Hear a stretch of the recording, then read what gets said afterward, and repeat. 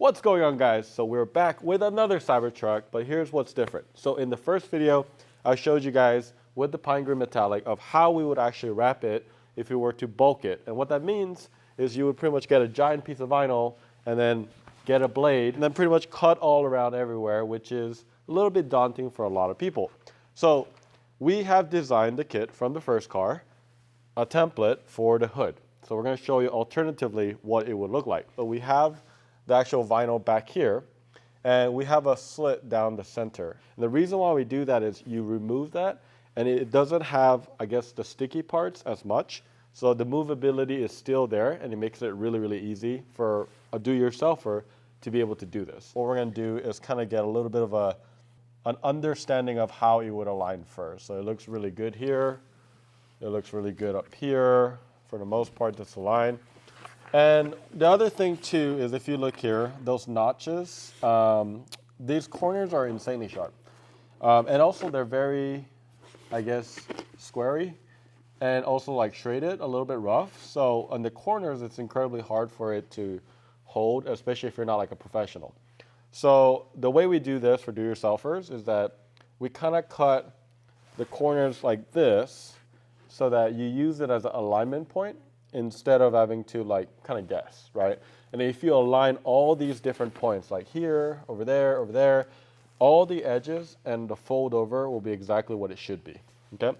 The other part of this is there shouldn't be any stretch. So if you stretch it, you could heat it, get it back to normal, and so on. So let's go ahead and peel this. So just like that, you can see that now the center is actually sticky. It's still moving really, really nicely like that. So I'm going to go to the back part real quick and just make sure that it is perfectly aligned. And then we're going to go ahead and put a magnet. Now, we're going to go ahead and do this side. Perfect. This looks so good. Then we got that.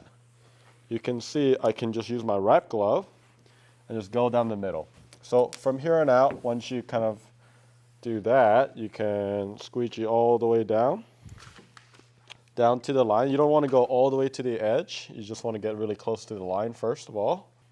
Now we can move on. So we're going to start working on this side. And this is the fun part. You can just fold it over.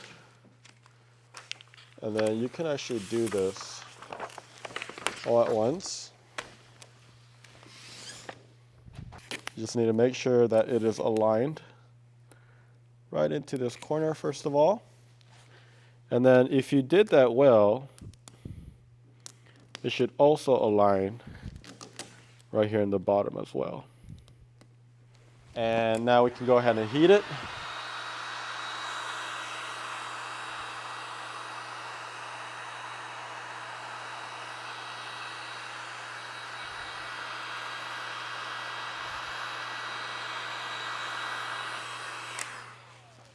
Kind of shrinking it back.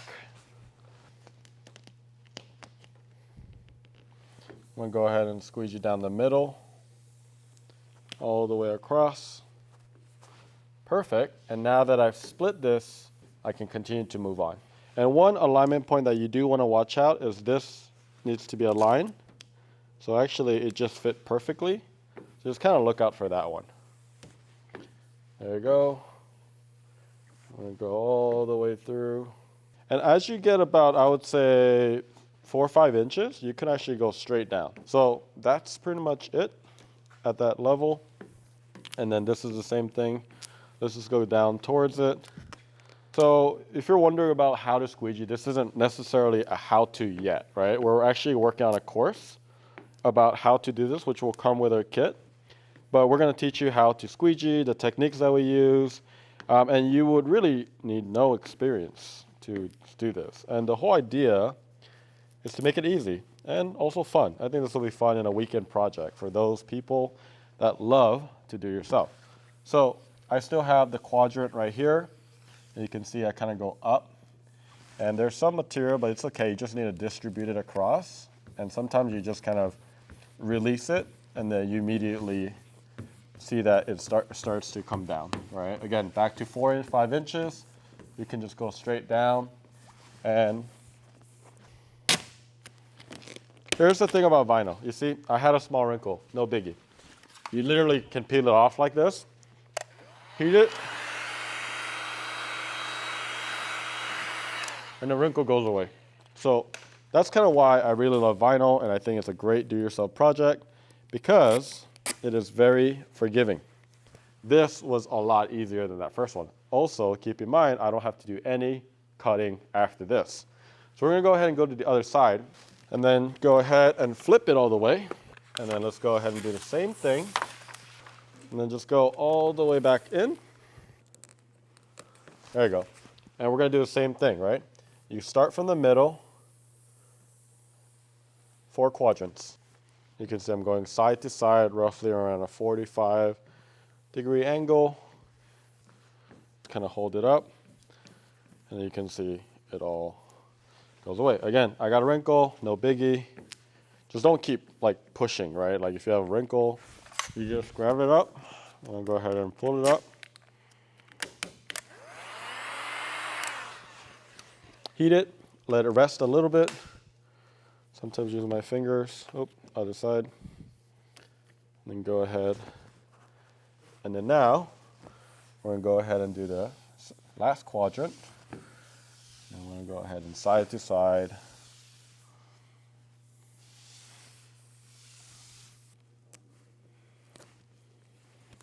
We're not quite done yet, we're almost done.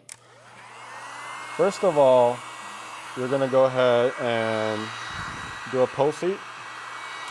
Those areas that didn't get, I guess, squeegee down all the way will pop up.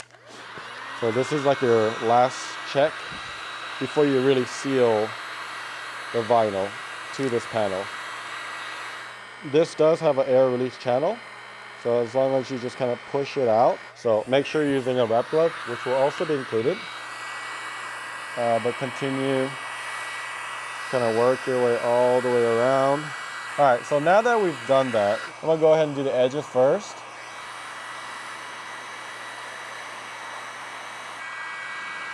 Now kind of stop at that notch. Okay. Slowly and gradually, and this is really important because it is pretty sharp right here. And then kind of using my nail with the wrap glove, I'm going to just slowly kind of use that edge to really just tuck that in. Then once you get here, you can use tools like this.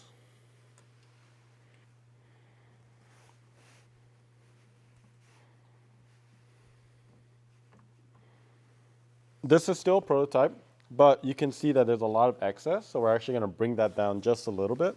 Also, you could kind of use this pick tools, kind of leverage it, and then from then on, kind of go to the next area, use this green tool, and then you tuck it all the way in. And this will ensure that the wrap lasts what it's rated for, which is 5 years. So that edge, super clean from the outside. You don't see any of the stainless steel.